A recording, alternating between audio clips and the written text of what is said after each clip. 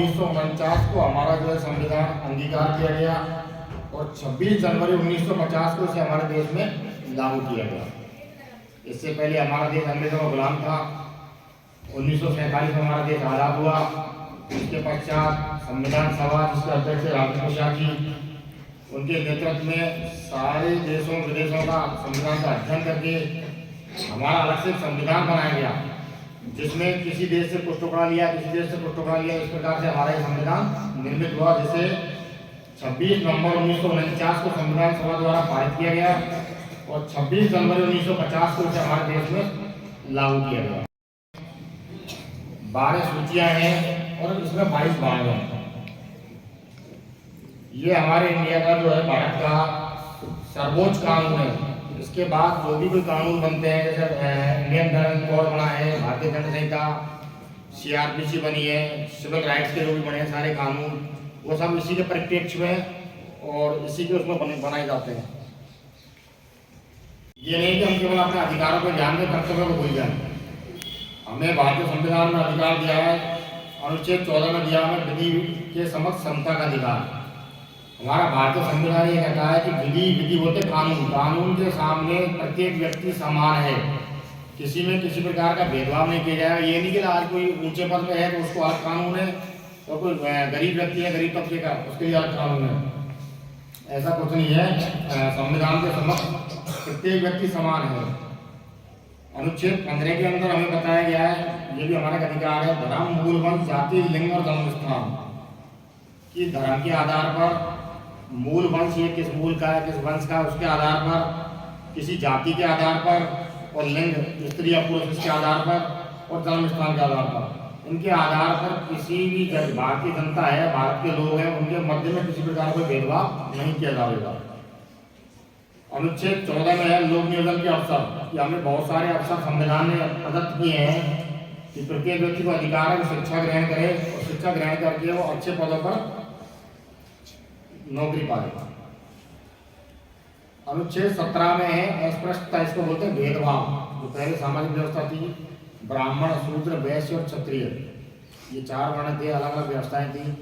तो पहले ऐसा सुनने में आता है, अगर देखा तो हम लोगों ने नहीं है, कि जाति पात के आधार पर काफी भेदभाव होता था। तो संविधान लागू होने के बाद सबसे बड़ा इसकी जो है, ये सबसे बड़ा कार्य था संविधान का अस्पृश्यता का अंत, कि जाति के आधार पर जो भेदभाव होता था उसका अंत किया गया।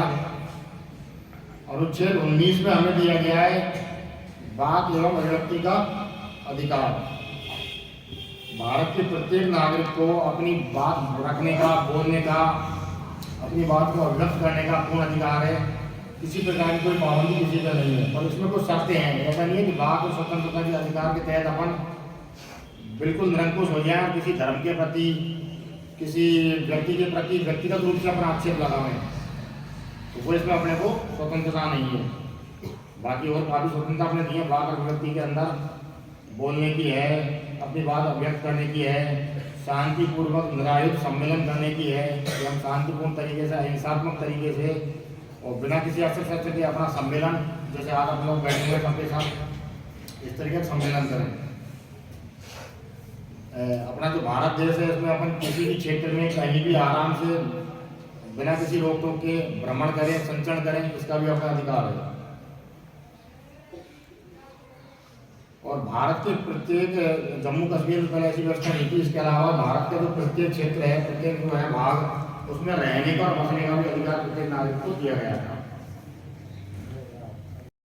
उनके मन में एक प्रश्न चल रहा था कि हमारे देश को आगे कैसे बढ़ाया जाए, और इसकी क्या गारंटी है कि अब तक हमारा इतिहास हम देखते हैं तो हम हमारे ऊपर बहुत से शासकों ने राज किया है, अंग्रेजों ने 200 वर्षों तक शासन किया है, तो कहीं वापस से ये स्थिति ना बन जाए।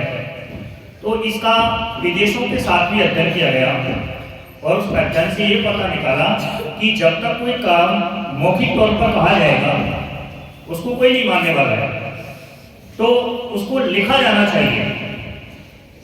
और ये जो कानून कायदों को लिख दिया जाता है ना, इसी को क्या कहते हैं, संविधान, जिससे पूरी व्यवस्थाओं को सुचारू रूप से चलाया जाए और उसको लिख दिया जाए। उस लिखी हुई चीज को ही संविधान कहते हैं। ये संविधान बनाने में बहुत समय लगा था। इसके दो कमेटी थी, एक प्रारूप कमेटी थी और एक संविधान सभा की कमेटी थी।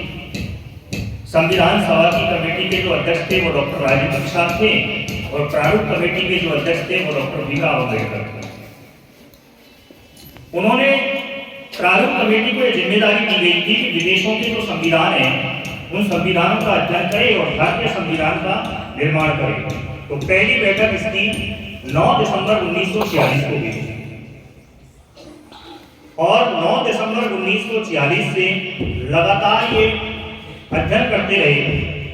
और ऐसा नहीं था कि वो अध्ययन में केवल उनकी जो लिख रहे थे उसी को संविधान मान लिया हो। प्रत्येक विषय को जब लिखा जाता तो अपनी एक संविधान सभा का गठन किया गया था। संविधान सभा ऐसी थी कि जो दो प्रकार का भारत था उस समय, एक तो अंग्रेजों के शासन वाला प्रदेश था और एक राजाओं की रियासतें थी। तो अंग्रेजों का वाला जो प्रदेश था उस प्रदेश से तो व्यक्तियों को चुना गया, चुनाव हुए, विधायी परिषदों के चुनाव होते थे उस समय, तो उनको चुना गया और राजाओं से मनोनीत किए गए। तो कुल मिला के ऐसी एक विधानसभा का गठन किया गया। प्रारंभ में जब गठन किया गया तो भारत पाकिस्तान का विभाजन नहीं हुआ था। 1947 में भारत पाकिस्तान का विभाजन हो गया तो संविधान सभा के भी दो टुकड़े हो गए, एक पाकिस्तान की हो गई और एक हिंदुस्तान की। उस समय भारतीय जो संविधान सभा थी उसमें 299 सदस्य थे। तो प्रत्येक विषय को वो जब लिखते थे तो उसकी डिबेट होती थी वहां पर, उसमें क्या अच्छा है क्या बुरा है।